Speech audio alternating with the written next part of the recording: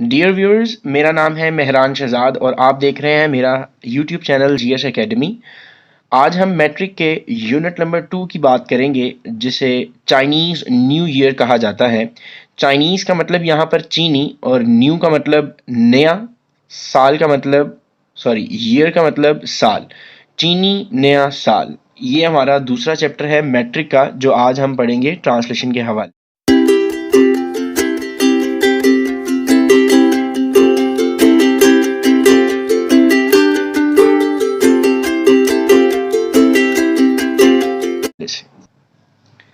Chinese New Year is a holiday that celebrates the beginning of a new year according to Chinese lunar calendar. चीनी नया साल एक छुट्टी का दिन है that जो के celebrates मनाया जाता है of a new year नए साल के beginning आगाज में according to the Chinese lunar calendar चीनी कमरी कैलेंडर के मुताबिक. It is considered to be one of the most important holidays for Chinese families. It is considered, ये समझा जाता है, to be one of the most important holidays, बहुत सी अहम छुट्टियों में से one of, एक छुट्टी, for Chinese families, चीनी खानदानों के लिए समझी जाती है. मतलब कि बहुत सी अहम छुट्टियों में से एक छुट्टी समझी जाती है जो कि न्यू ईयर पर चाइनीज को मिलती है. The holiday is celebrated with big family gatherings. ये जो छुट्टी है ये मनाई जाती है बड़े खानदान के इज्तिमा के साथ, गिफ्ट गिविंग तोहफे देने के साथ, the eating of symbolic foods, symbolic यहाँ पर इलामती और फूड्स खाने को कहा जा रहा है, ईटिंग खाना खाने को, इलामती खाना खाने, and display of festive decorations. Festive decorations basically त्योहारी सजावट को कहते हैं. डिस्प्ले यहाँ पर सिनोनिम है एग्जीबिशन का, तो त्योहारी सजावट की नुमाइश भी की जाती है हॉलिडे वाले दिन जो कि नए साल पर होती है. मैं जुमला दोबारा रिपीट कर रहा हूँ ताकि आपको मजीद क्लियर हो जाए. The holiday is celebrated with big family gatherings, gift giving, the eating of symbolic foods and display of festive decorations.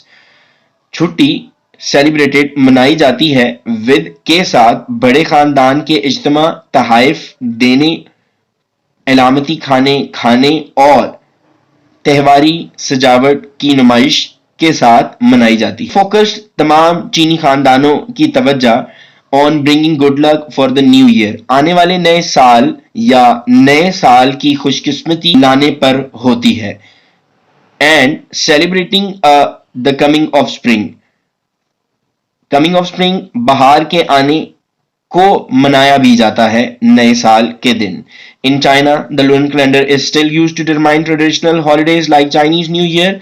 China में इज स्टिल अभी तक यूज्ड इस्तेमाल किया जाता है ट्रेडिशनल हॉलिडेज. ट्रेडिशनल बेसिकली यहाँ पर रवायती, जिसको कस्टम भी कह सकते हैं, कस्टमरी भी कह सकते हैं. तो चाइना में आज भी कमरी कैलेंडर को इस्तेमाल किया जाता है किस चीज को बताने के लिए, डिटरमाइन ट्रेडिशनल हॉलिडेज के लिए. जैसा कि चीनी नया साल एक रवायती छुट्टी है, इस तरह की छुट्टियों को बताने के लिए लूनर कैलेंडर कमरी कैलेंडर का इस्तेमाल है स्टिल अभी तक किया जाता है. Since the lunar calendar is based on the phases of the moon, चूंकि कमरी कैलेंडर की बुनियाद चांद की अशकाल पर रखी गई है. जैसा कि हमारे साल की भी बात की जाए या महीनों की बात की जाए तो हम भी चांद की एक तारीख पर ही हमारा महीना बदलता है. इसी तरह चाइनीज का भी फेजेस ऑफ द मून चांद की अशकाल पर ही कमरी कैलेंडर की बुनियाद है. Which has a shorter cycle than the sun, सूरज से छोटी चक्कर या छोटा चक्कर रखता है. चांद की अशकाल सूरज से छोटा चक्कर रखता है. Chinese New year is never on the same day each year. और ये जो चाइनीज न्यू ईयर है, चीनी नया साल है, is never on the same day each year. हर साल एक ही दिन चीनी नया साल नहीं आता, बट लेकिन टिपिकली आमतौर पर fall somewhere between January 21 and February 20th. 21 जनवरी और फरवरी 20 के दरमियान समवेयर कहीं पर फॉल्स आता है। टिपिकली का मतलब अमूमन भी लिख सकते हैं, आमतौर पर भी लिख सकते हैं। Celebrations can actually last up to a month, और ये जो हमारी खुशियां हैं या खुशियां को मनाना है, एक्चुअली दरअसल last up to a month, एक महीना तक रहती हैं। Here are some traditions associated with Chinese New Year. यहाँ पर कुछ रवायात मौजूद हैं जो चीनी नए साल से ताल्लुक रखती हैं के मुतल्लिक हैं। एसोसिएटेड को आप मुतल्लिक और ताल्लुक कह सकते हैं। जैसा कि पहली रवायत cleaning houses and new clothes है, साफ घरों को करना और नए कपड़े पहनना। जैसा कि हम भी ईद पर नए कपड़े और साफ करते हैं घरों को, इसी तरह चाइनीज भी नए कपड़े और घरों को साफ करते हैं। Prior to the first day of the new year it is customary for families to thoroughly clean their houses. Prior to the first day का मतलब है नए साल की अव्वलीन तरजीह।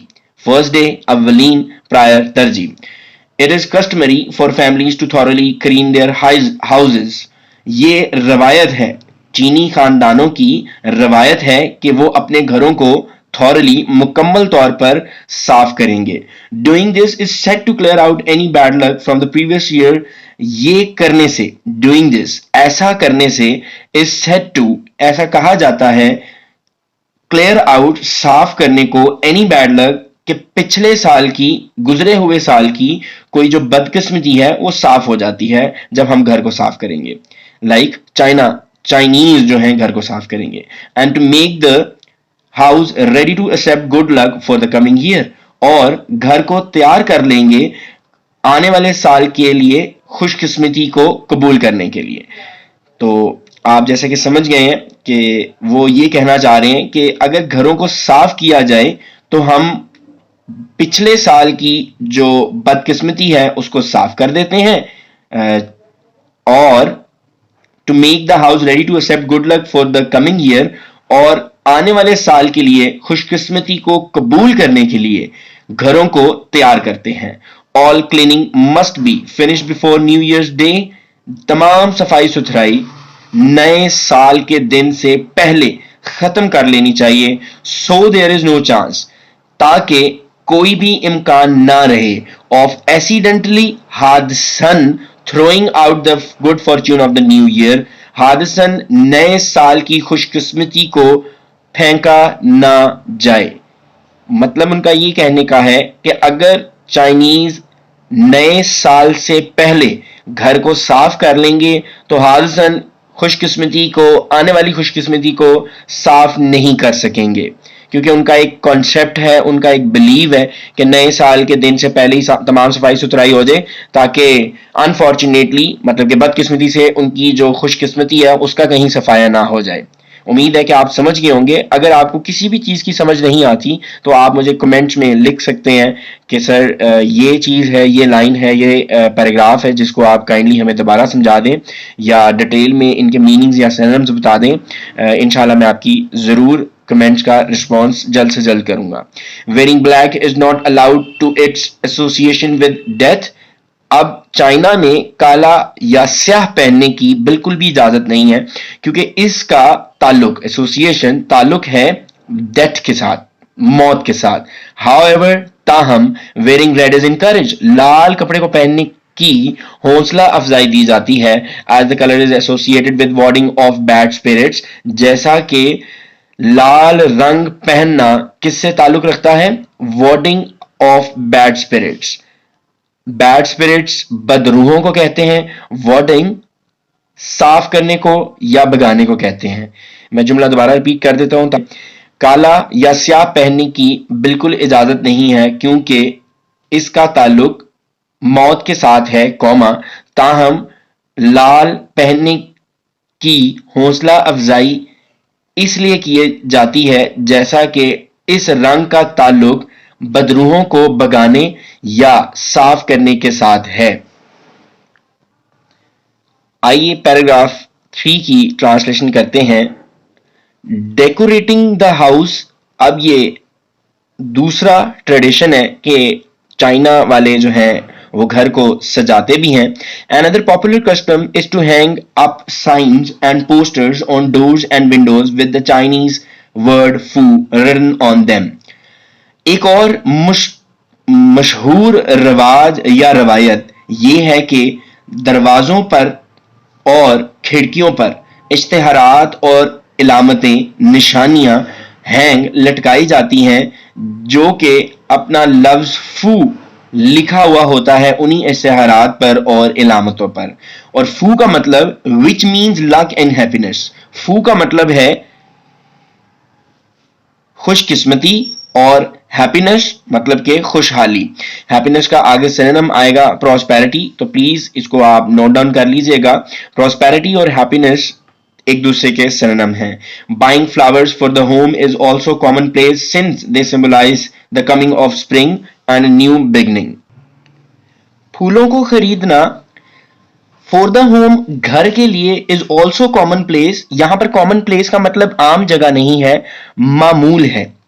मामूल की तरह खरीदना मतलब कि आम बात है, आम त्यौहार है, आम तौर पर खरीदे जाते हैं, तो आप इसके ऊपर लिख सकते हैं मामूल. बाइंग फ्लावर्स फूलों को खरीदना फॉर द होम घर के लिए इज ऑल्सो कॉमन प्लेस एक मामूल की तरह की बात है. सिंस दे सिंबलाइज क्योंकि ये इलामत है coming of spring and a new beginning क्योंकि ये इलामत है बहार और एक नई शुरुआत या आगाज के आने की, बहार के आने की और एक नए आगाज की इलामत है. अब दूसरा ट्रेडिशन पढ़ते हैं न्यू ईयर्स ईव डिनर और ये आपका फोर्थ पैराग्राफ भी है. On the eve of the Chinese New year it is customary to visit relatives. अब न्यू का मतलब है नए साल के मौका पर डिनर, रात का खाना. रात के खाने के मौका पर इस पूरे पैराग्राफ में आप पढ़ेंगे रात के खाने के मौका पर चाइना के जितने भी खानदान वाले हैं वो क्या करते हैं, वो ये करते हैं कि on the eve of the Chinese New year मतलब कि चीनी नए साल के मौका पर, ईव का मतलब आप मौका लिखेंगे, इवेंट से लफ्ज अखज हुआ है. इट इज कस्टमरी ये एक रवायत है कि वो अपने रिश्तेदारों को विजिट करें मतलब कि दावत दें या उनके घर जाएं. And partake in a large dinner where a number of specific foods are served और हिस्सा लें लार्ज डिनर बड़े या इज्तिमाई रात के खाने में. Where a number of specific, number of का मतलब है बहुत ज्यादा तादाद, स्पेसिफिक खास, फूड्स खाने आर सर्व जहां के पेश किए जाते हैं. It is typical for a Chinese family to make 8 to 9 dishes. ये एक आम बात है कि चाइना की जो खानदान है या जो चीनी खानदान है वो 8 से 9 खाने बनाता है for the New Year's Eve dinner मतलब कि नए साल के रात के खाने के मौका पर.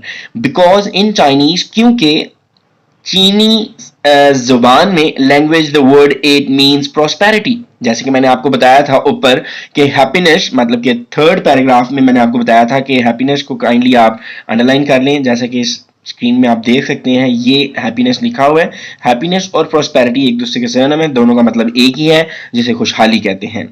तो जैसे कि 8 और 9 डिशें इसलिए बनाई जाती हैं मतलब कि खाने इसलिए बनाए जाते हैं का मतलब चीनी जुबान में खुशहाली है और 9 का मतलब हमेशा से रहने वाला और कभी ना खत्म होने वाला.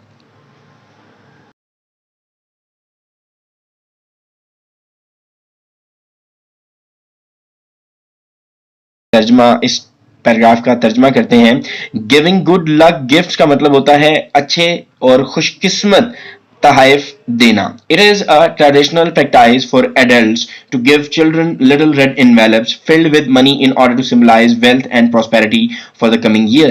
It is traditional practice. Practice basically यहाँ पर अमल को कहा जा रहा है, काम को कहा जा रहा है. ये एक रवायती अमल है for adults नौजवानों मतलब के बड़ों के लिए to give children little red envelopes के बच्चों को बड़े जो होते हैं एडल्ट्स वो छोटे लाल लिफाफे देते हैं filled with money in order to symbolise जो कि पैसों के साथ भरे होते हैं. इन ऑर्डर जब भी आप आएगा मतलब आप इसका लिखेंगे के लिहाज से. सिंबलाइज वेल्थ क्योंकि ये जो बड़े हैं बच्चों को लाल लिफाफे पैसों के साथ भरे हुए देते हैं इसकी निशानी है. ये किस चीज की निशानी है? वेल्थ एंड प्रोस्पेरिटी, जायदाद और खुशहाली की इलामत है. फॉर द कमिंग ईयर, आने वाले साल के लिए. It is also common for elders to present red packets to unmarried members of the family. और ये भी बहुत आम बात है कि ये जो बड़े हैं ये प्रेजेंट पेश करते हैं रेड पैकेट्स को, हम रेड पैकेट्स ही कहेंगे, अनमैरिड मेंबर्स, गैर शादीशुदा अफराद ऑफ द फैमिली, खानदान के. Envelopes are not to be opened, और वो लिफाफे जो बड़ों ने गैर शादीशुदा अफराद को, खानदान के गैर शादीशुदा अफराद को दिए थे, उन लिफाफों को खोलने की इजाजत नहीं है until the recipient has left the home of the giver. Recipient लेने वाला, तोहफा लेने वाला, गिवर तोहफा देने वाला, जब तक लेने वाला देने वाले के घर को नहीं छोड़ के जाएगा. तोहफा लेने वाला, गिवर, घर देने वाले तोहफे के घर को नहीं छोड़ के जाएगा, तब तक लिफाफों को खोले जाने की इजाजत नहीं है. Paragraph 6, honouring the animal. Honouring the in China के मुल्क में जानवरों की भी बहुत इज्जत की जाती है, क्योंकि उनके नाम पर सालों के नाम रख दिए गए हैं, मतलब कि ईयर्स के नाम रख दिए गए हैं. तो every year is associated with one of the 12 animals of the Chinese zodiac. हर साल को, मतलब कि आप काउंट कर सकते हैं कि 12 साल हैं या 10 साल हैं या 5 साल हैं, तो उन्होंने हर साल को एक जानवर का नाम दे दिया गया है, जिसे चीनी ज़ोडिएक, मतलब चीनी बेरूज कहते हैं. ठीक है, यहां पे मैं बेरूज लिख देता हूं ताकि आपको लिखने में मसला ना हो. तो चीनी बेरूज कहते हैं. हर साल चीनी बेरूज के 12 जानवरों के साथ ताल्लुक रखता है. जो चाइना के अंदर एक कैलेंडर है जिसमें जानवर बेसिकली लाइक रैबिट, टॉर्टॉइज, इस तरह के नाम रख दिए गए हैं चाइना के अंदर सालों के.